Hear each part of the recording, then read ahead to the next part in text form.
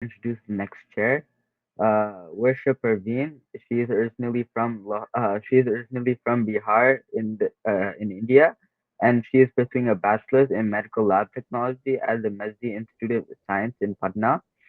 She completed her schooling at the Modern Academy and Mirza Ghalib College in Gaya, and in her free time she enjoys traveling and photography. So without further ado, let's welcome Worsha Parveen. Thank you. Good morning, everyone. I am happy to introduce Dounia, a dedicated and talented individual with a strong background in chemical and process engineering. Dounia is currently working on her PhD in process engineering, the University, the Technology, the Companion UTC. They show her commitment to learning and contributing to new discoveries. She started her education at Lycée Choiseul and later afterwards degree in chemical engineering from the Superior School of Organic and Mineral Chemistry. Donia has gained a lot of experience from working in different places. She interned at CHRU Tour, a food factory where she got hands-on experience. She also worked as a technician. Donia also done management and engineering internship at JH internship, ABDA, ABCAR DIC process. Over to you, Donia. Screen is yours. Thank you. Thank you for this presentation. Okay, I'm sharing my slides. That I'm thankful to the Asset Association for giving me the opportunity to share with you a part of the preliminary research work on my PhD thesis subject, which is about the DIC technology for the transformation of cannabis sativa. We thought about starting this project because there is a growing interest about this plant, and for now, the industrial, they don't really know how to valorize it efficiently. So here is my presentation. The plant of Cannabis sativa L was historically used for many applications like textile, construction, medicines in ancient times, and it was then forbidden for its psychotropic aspects. But now, with all the legal and regulatory changes, it's showing a growing interest, and it's very promising for the world cannabis market. As we can see everywhere, CBD shop that are opening, etc. So the question is, how can we valorize it efficiently, reducing the loss? Because for now, we saw with the industrials that with the drying process in the valorization of cannabis, we could lose up to 80% of the volatile compounds. So avoiding these losses and improving the final product quality. And this is where the DIC comes in. DIC stands for instant control pressure drop, and it consists in a steam injection in a treatment vessel, followed by a an instant controlled decompression, which leads to the texturization of the material, allowing the molecules to move from this plant more easily.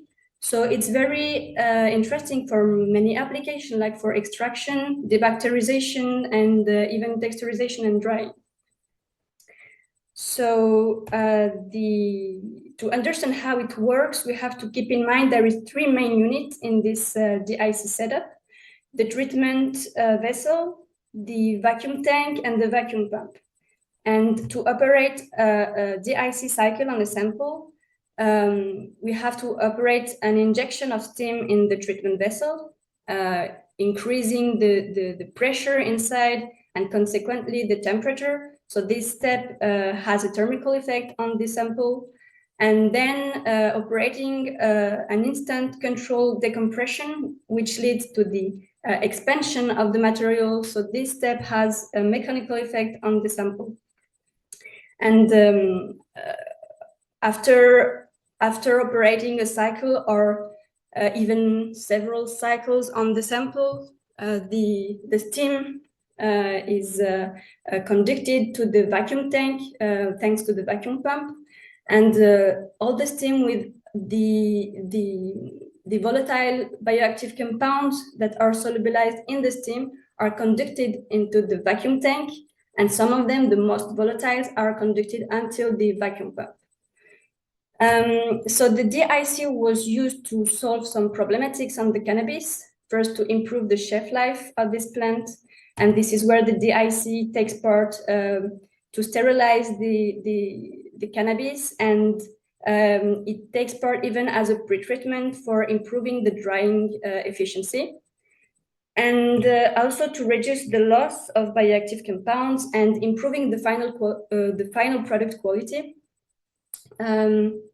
So for this, as we said, we are able to extract the most volatile compounds from the plant during the pretreatment with DIC. So we extract the most volatile compound, and we are even able to make the non-volatile compound easier to extract after this pretreatment, such as the CBD molecule we are seeking to extract in this research. So the plant we used for this project was the Cannabis sativa L, especially the Compulti cultivar, which was grown and harvested in La Ferme Bio de Pigerolles in France. And the biomass was used in two different states. First, the fresh hemp buds were used for the extraction experiments, and the dried hemp buds were used for sterilization. And knowing that DIC has three main controlled parameters: the pressure, the treatment time, and the number of cycles, we were able to adapt the parameters for both extraction application and sterilization application. For the extraction, the multiple DIC cycles were needed because the repeated expansion and contraction of the material, it increased the porosity, so it enhances the diffusion of the volatile compounds and even its desorption, and it made easier release of volatile active compounds that were solubilized in the steam. And for the sterilization, a single DIC cycle was enough because we were seeking the thermomechanical effect, as the thermical effect helped to eliminate the bacteria, and the mechanical effect would disrupt bacterial cell walls of any bacteria that would remain in the plant. So this way we were able to set different parameters for each application. And after the pretreatment, we extracted the CBD from the cannabis by using dynamic maceration with ethanol, and we were able to quantify the CBD using liquid chromatography and the gas, so it's HPLC, while the gas chromatography, called GC, was used for characterization of essential oils. And the last analysis was about the bacteriological aspect. We grown different cultures of bacteria, and we incubated different samples to see if the DIC had an impact on the sterilization. So for the result, let's start with the essential oil extraction. As we said, we have two different fractions during the pretreatment. We can recover a fraction at the vacuum pump and one at the vacuum tank. So it's two different fractions of essential oil. And it's very interesting to compare them with the classic, traditional method of extraction. Here we use the steam distillation. And by comparing them, for example, if we start with the vacuum pump fraction, we can see that by comparing the chromatogram, here we can see that we recovered in the vacuum pump the most volatile fraction. So the most volatile molecule were in the vacuum pump, as we said, and we also recover a little part of the heaviest compounds of the essential oil we extracted. While for the vacuum tank fraction, we don't find any very volatile fraction, but we can see that we have the most heavy molecules. So we have a heavier fraction, and all this is very interesting. All this is very interesting for industrials, like for perfume industries, because they are seeking to work with different fraction. And what we see here is that the DIC fraction at the extraction of essential oil. So they could work with different fragrances, like with the volatile fragrance and the heaviness and the longevity and the roundness to have a unique formulation. So the next step was about the CBD extraction, and what we have to keep in mind to understand this slide is that the CBD is not naturally found in the cannabis plant. Actually, the natural form we can find in the plant is the CBDA, and the CBDA needs to be decarboxylated to obtain the CBD form, which is the active form. And we can do this by applying heat. And we wanted to see if DIC, as we increase the pressure and temperature during the process, could decarboxylate the CBDA into CBD, and reducing the steps during the valorization process for this plant. And what we can see is here for by applying the DIC on different samples for extraction application and for sterilization, for drying application, what we can see is that all the samples that were pre-treated by DIC, here and here, they all show a higher amount of CBD in comparison with the CBDA rate. So it means that DIC actually decarboxylates the CBDA into CBD, and then we can say that the DIC allows to reduce the treatment steps for the valorization of hemp buds. Then we tried to dry two samples of cannabis. One of them was dried using the traditional method with air drying at 45 degrees. And the other one was pre-treated by DIC and then dried with the traditional method. And what we can see is that to reach the target of a 12% moisture content, it took around 11 or less than 11 hours to dry for the pre-treated sample, while it took around 32 hours to do the same for the traditional method. So we can say that the DIC enables drying 3 times faster compared to the traditional method.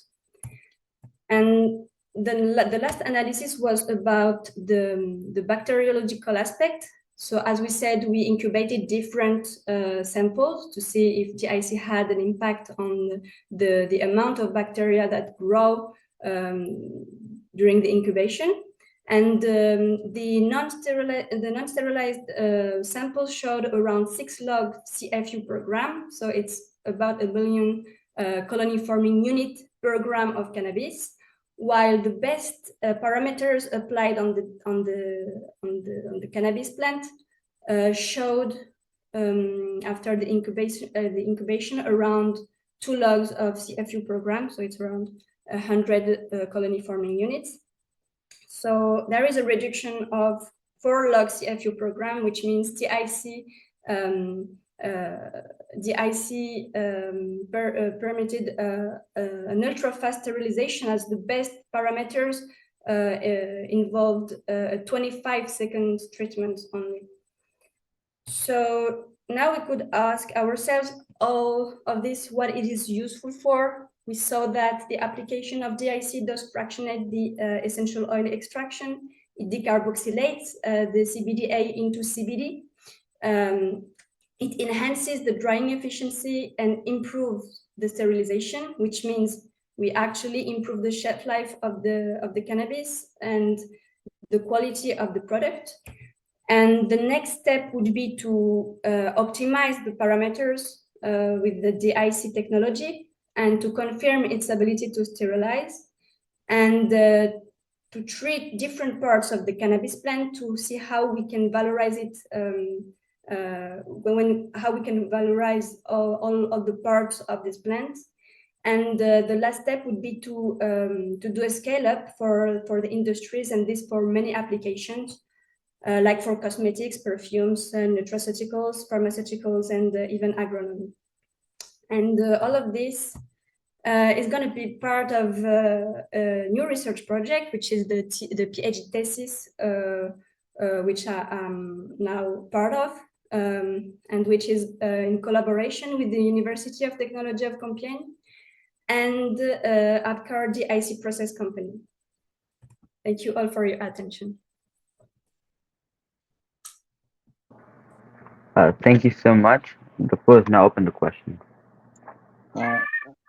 Dounia, one question here. Yeah, sure. What is the abbreviation for DIC? Like, The how did we do it? abbreviation for DIC? Yeah. Okay, DIC stands for instant control pressure drop, but DIC was used by the company because when they invented the process, they did it in French, and DIC is the abbreviation, but in French, so it's détente instantanée contrôlée. Okay. That I wanted to know actually. Fantastic, Dounia. Thank you. Any other questions? All right, I'll I keep that. I have one. Um, so what is the best advantage of this new technology compared to pre-existing like technologies that are currently used in industry for extraction, for example, for like essential oils? Yeah. I would say that firstly, the fact that we can use the DIC with the steam, it helped us to avoid the loss of the volatile compounds, because to operate an extraction on the cannabis, we have to dry the cannabis and then extract from it the essential oil. It's all about the solubility of the target compounds in the solvent. But with water, we can keep the material in the fresh state, and then operate the extraction on the fresh plant. And this, by avoiding the drying step, allows to keep all the volatile compounds that we would lose by drying, and that's it. There is other advantages, like for the fact that DIC can sterilize. It could sterilize, extract the essential oil, and texturize the material to help extracting heaviest compound, and even help to the drying duration. All of this, it's a gain of energy. All the other processes are much more energy consuming than when you use the DIC as a pretreatment. This is what I wanted to show you today. I see. So preventing the volatile compound from like being lost, does it like improve your efficiency in generating the molecule that you want, or is it improving like the purity, or? I would say it's more about the yield, maybe, and the nature of the molecule you are targeting. Yes, sometimes, like for the most volatile compounds, you can lose a big part of them. So for perfume industries, it's a real loss to let this molecule just move. And maybe one last question. Sure. So you mentioned the sterilization.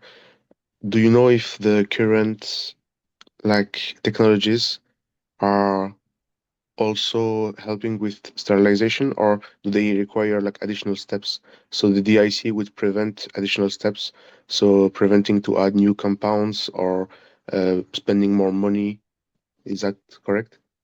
Yes, but this is um, It's exact. In fact, you register the different steps you would that would be that industrials would need to valorize the plant. So yes, you spend less money on the time you are drying the plant at this temperature. It's all about, yes, the number of steps you are avoiding, and the money you are saving, and the energy, etc. Thank you. Thank you for the questions. All right.